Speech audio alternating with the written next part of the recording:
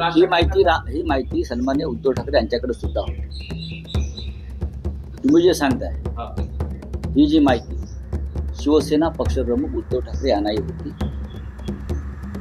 पण ते अत्यंत, मला माहिती आहे त्यांचा स्वभाव, त्यांनी या संदर्भात मलाही ही माहिती दिली की असं असं घडत आहे, असं असं घडत चाललेलं आहे. हे पहिल्या दिवसापासून उद्धव ठाकरे साहेबांकडे याची पूर्ण माहिती होती. बघा, विकास आहे ना, विकास हा एक भोंदू आणि ढोंगी शब्द आहे. नरेंद्र मोदी, अजित पवार जातात 70,000 कोटीचा घोटाळा करून विकासासाठी, एकनाथ शिंदे जातात विकासासाठी, सगळे भ्रष्टाचारी पक्षात घेतले जातात विकासासाठी. या चिन्हावर निवडून त्या चिन्हात प्रवेश करायचा विकासासाठी. सगळ्यात आधी मी एका महत्वाच्या विषयाकडे आपल्या माध्यमातून लक्ष वेधू इच्छितो. मी आत्ताच त्या विषयावरचं आमचं म्हणणं एक साकांवर टाकलेलं आहे. आत्ताच शंकराचार्य ज्योतिषपीठाचे शंकराचार्य स्वामी अविमुक्तेश्वरानंद यांना ज्या पद्धतीनं त्यांच्यावर उत्तर प्रदेशमध्ये काशी प्रयागराज भागामध्ये हिंदुत्ववादी योगी सरकारनं त्यांना स्नानाला जाण्यापासून रोखलं आणि त्यांच्यावरती पोलिसांकडून निर्घृण लाठीमार झाला. ते उपोषणाला बसले. आंदोलन शंकराचार्य हिंदुत्ववाद्यांचे हे आंदोलन करतायत. कोणाविरुद्ध? तर हिंदुत्ववादी सरकारविरुद्ध. मग ते केंद्रातलं असेल किंवा राज्यातलं असेल. स्वामी मुक्तेश्वरानंद त्यांच्या अंगावर सुद्धा भगवी वस्त्र आहेत हिंदुत्वाची, आणि योगींच्या अंगावर सुद्धा तीच वस्त्र आहे. आणि प्रधानमंत्री मोदी सुद्धा अधूनमधून निवडणूक काळामध्ये अशा प्रकारची रंगरंगोटी करून हिंदुत्वाच्या नावावर मतदान करतात. पण शंकराचार्यांवर भर रस्त्यामध्ये हल्ला झाला. मला एवढंच म्हणायचं, महाराष्ट्रामध्ये काही काळापूर्वी स्वामी मुक्तेश्वरानंद जेव्हा आले, नक्कीच मातोश्रीवरती ते आले होते. पण त्यांना मुख्यमंत्री शिंदे असताना त्यांना स्टेट गेस्ट, राज्य अतिथीचा दर्जा दिला. राज्य अतिथी ही फार महत्वाची गोष्ट आहे. ती शक्यतो परदेशी पाहुण्यांना दिली जाते किंवा प्रमुख जे लोक असतात त्यांना राज्य अतिथीचा दर्जा दिला. त्यांना वर्षा बंगल्यावर बोलवलं. वर्षा बंगल्यावर त्यांची पूजा केली, चरण धुतले त्यांचे. शिंद्यांनी बरंच काय केलं. शिंद्यांनी त्यांच्याकडनं बरंच काही, हेच कसे बाळासाहेब ठाकरेंचे वारसदार आहेत वगैरे वगैरे वगैरे असं वदवून घेतलं. पण आज त्याच शंकराचार्यांवरती तुमचेच पोलीस निर्घृण हल्ला करतायत, मारतायत. अशा वेळेला हिंदुत्ववादी एकनाथ शिंदे आपल्या गुरुवर हल्ला होत असताना गप्प बसले. गुरुच आहेत ना त्यांचे ते हिंदुत्ववादी. शंकराचार्यांवरती हल्ला असताना एकनाथ शिंदे गप्प बसले. हिंमत नाही साधा निषेध करण्याची की माझ्या गुरुवरती हल्ला होतोय, ज्यांना मी राज्य अतिथीचा दर्जा दिला होता या राज्यात मुख्यमंत्री असताना, ज्यांचं चरणाचं तीर्थ मी प्राशन केलेलं आहे वर्षा बंगल्यावर, आणि प्रदीर्घ काळ मुख्यमंत्री राहावे म्हणून त्यांचे आशीर्वाद मी घेतलेले आहेत. अशा त्यांच्या शंकराचार्य गुरूंवर निर्घृण लाठी हल्ला होतोय. ते उपोषणाला बसलेत आणि राज्याचे सध्याचे उपमुख्यमंत्री हे गप्प बसलेले आहेत घाबरून. दुसऱ्या एखाद्या राज्यात अशा प्रकारची घटना घडली असती तर शिंदेच काय, भारतीय जनता पक्ष सुद्धा तडा तडा तडा तडा तापलेला तव्यावरचा वाटाणा उडतो ना, तसे तापलेला तव्यावरच्या वाटाण्यासारखे तडा तडा उडले असते. हे फक्त मी समस्त अंधभक्तांच्या, ढोंगी हिंदुत्ववादी शिंद्यांसारखे त्यांच्या निदर्शनास आणून देत आहे. आम्ही त्याच्यावर त्याचा विचार करू. पण मी हे ढोंग उघडकीस आणलेलं आहे. आम्ही हे ढोंग समोर आणलं आहे. ज्यांना तुम्ही मुख्यमंत्री असताना राज्य अतिथीचा दर्जा दिला, ज्यांच्या पायाशी बसलात, पाय धुतलेस, त्यांच्यावरती हल्ला झाला, ते जखमी झाले. अनेक साधू संतांवर हल्ला झालेला आहे तिथे. अनेक साधू संत अत्यवस्थ आहेत इस्पितळामध्ये. इथं मुलायम सिंग यादव यांच्या वरची कारवाई. अयोध्या आंदोलनामध्ये मुलायम सिंग यादव यांनी साधूंवरती गोळीबार केला म्हणून तुम्ही त्यांना अजून माफ केलेलं नाही. पालघरमध्ये साधू हत्याकांड घडलं, ते तुम्ही अद्याप विसरलेला नाही. साधू हत्याकांड घडलं ते अद्याप विसरलेलं नाही. पण त्या साधूंचे शंकराचार्य, सगळ्यांचे शंकराचार्य, त्यांच्यावरती हल्ला होतोय आणि तुम्ही गप्पा बसला. केलेला आहे निषेध करावाच लागेल. निषेध का करू नये? हा निषेध पंतप्रधान मोदींनी करायला पाहिजे. हा निषेध इतर सर्व शंकराचार्यांनी केला पाहिजे. हा निषेध शिंदेसारख्या त्यांच्या राजकीय भक्तांनी पण केला पाहिजे. काही असेल पण ते शंकराचार्य आहेत. आता त्या शंकराचार्यांनाच नोटीस पाठवलं, तुम्ही शंकराचार्य आहात कशावरून? जर तुम्ही शंकराचार्य नाहीत, मग त्यांना देशभरामध्ये राज्य अतिथीचा दर्जा का मिळतोय? महाराष्ट्रात दिलेला आहे. हे ढोंगी लोक आहेत. शकाशाच्या राजकारणामध्ये नीतिमत्ता ओंडक्यासारखी वाहून जाऊ नये, एवढंच आमचं म्हणणं आहे. काल या विषयावर एक भूमिका मांडली. कल्याण डोंबिवलीत जे घडलं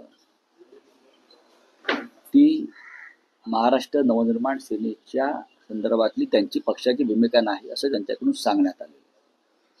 स्वतः महाराष्ट्र नवनिर्माण सेनेचे प्रमुख राज ठाकरे यांना सुद्धा ती भूमिका मान्य नाही, ती पक्षाची भूमिका नाही.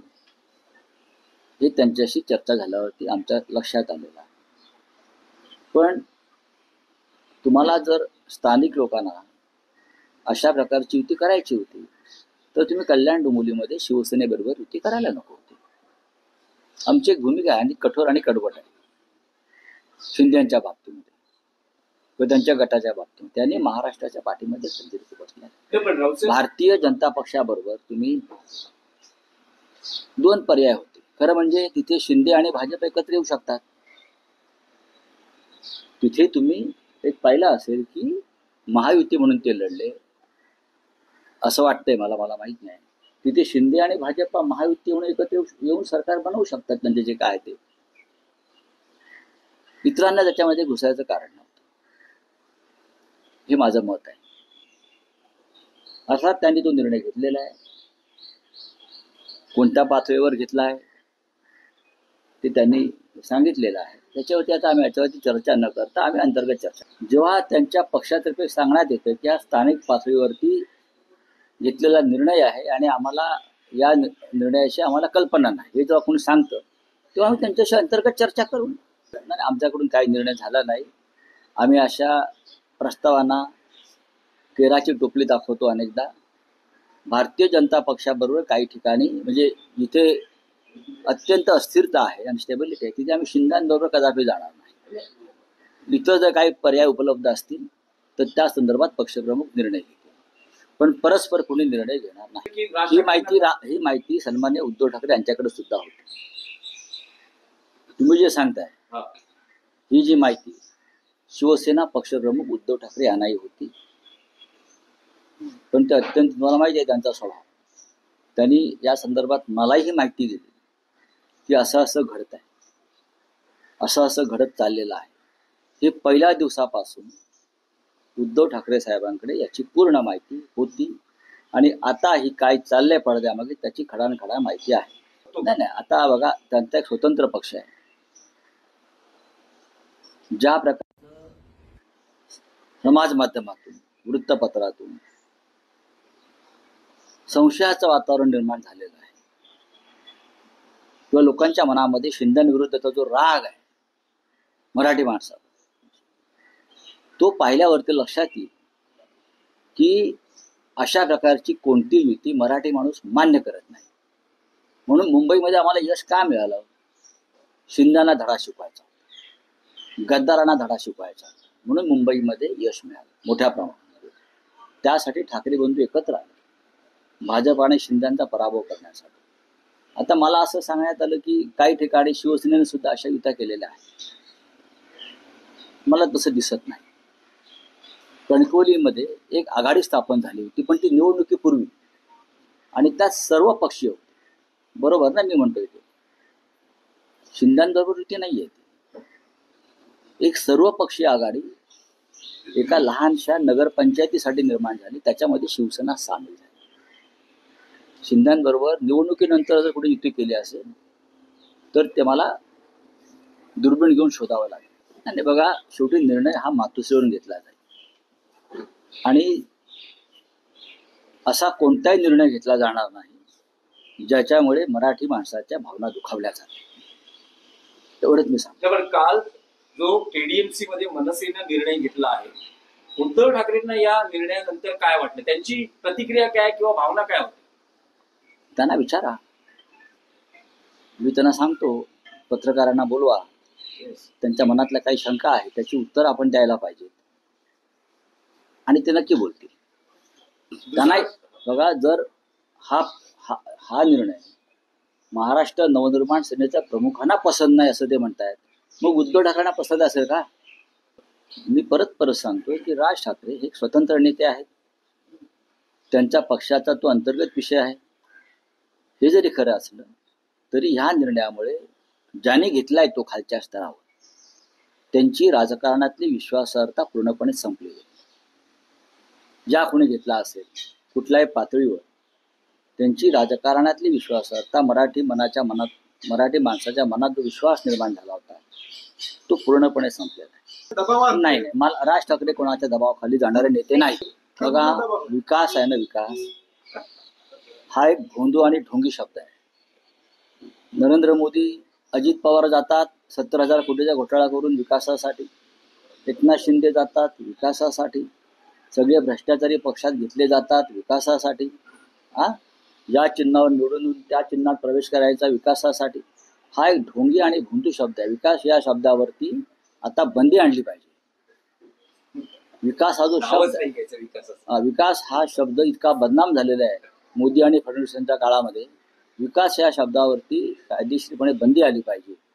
जसं गोडसे हा अनपार्लिमेंटरी शब्द आहे, अनेक शब्द अनपार्लिमेंटरी आहे, तसा विकास हा शब्द सुद्धा या देशामध्ये असंसदीय, अनपार्लिमेंटरी ठरवणं गरजेचं आहे. त्याच्यामुळे मी विकासासाठी गेलो नाही, मी माझ्या कुटुंबाच्या स्वार्थासाठी गेलो, मी माझ्या स्वार्थासाठी गेलो. विकासाचं दुसरं नाव सध्या स्वार्थ आणि ढोंग झालेलं आहे. बाळासाहेबांचा आणि त्यांचा काही संबंध नाही. नंबर 1, बाळासाहेबांचा आणि भाजपचा काडी मात्र संबंध नाही आणि शिंदेचा तर त्याहून नाही. गद्दारांना जोडे मारा हे बाळासाहेबांचं स्टेटमेंट आहे. गद्दारांना रस्त्यावर मारा हे बाळासाहेबांचं आव्हान होतं. त्यामुळे बाळासाहेबांचं नाव यांनी घेऊ नये आणि हा एक पवित्र शब्दावरती डाग लावू नये. माझं वाक्य तुम्ही नीट ऐकलं नाही. तुम्ही वारंवार राज ठाकरेंकडे बोट वळवू नका. मी वारंवार सांगतोय की त्यांना हा निर्णय मान्य नाही, हे त्यांनी स्वतः सांगितलेलं आहे. खालच्या पातळीवरती जर कोणी घेतला असेल, तुम्ही एका पक्षावर निवडून येता आणि पक्षाच्या मूळ भूमिकेपासून दूर जाता.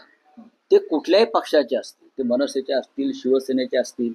2 लोक शिवसेनेचे मशालवरती सुद्धा त्यांच्याबरोबर आहेत ना. सगळ्यांचीच विश्वासार्हता पणाला लागली, सगळ्यांची. आणि निवडून आलेला माल ताबडतोब विकायला बाजारात येतो. आम्ही निवडून आणायचो, जसे नरडी गरम करायची, साधनं द्यायची आणि निवडून आलेला माल ताबडतोब बाजारामध्ये उभा. बरं का? आम्स्टरडॅमला कधी गेलात तर तुम्हाला माल कसा काचेच्या कपाटामध्ये उभा असतो तुम्हाला दिसेल. असे सगळे काचेच्या कपाटामध्ये लेबल लावून उभे आहेत. हे राजकारण महाराष्ट्रातलं गेल्या काही काळापासून अत्यंत खालच्या पातळीवर गेलेलं आहे. काल रात्रीच माननीय उद्धव साहेबांनी सांगितलं की त्या ज्या डॉक्टर मस्के आहेत त्या आज उद्याकडे आमच्या गटामध्ये रजिस्ट्रेशन करतील. आज सकाळीच त्या आमचे सचिव मिलिंद नार्वेकर त्यांच्या निवासस्थानी होत्या. त्यांना कोणीही पळवून नेलेलं नाही, त्यांना कोणी किडनॅप केलेलं नाही. काही व्यक्तिगत कारणामुळे त्या काल पोहोचू शकल्या.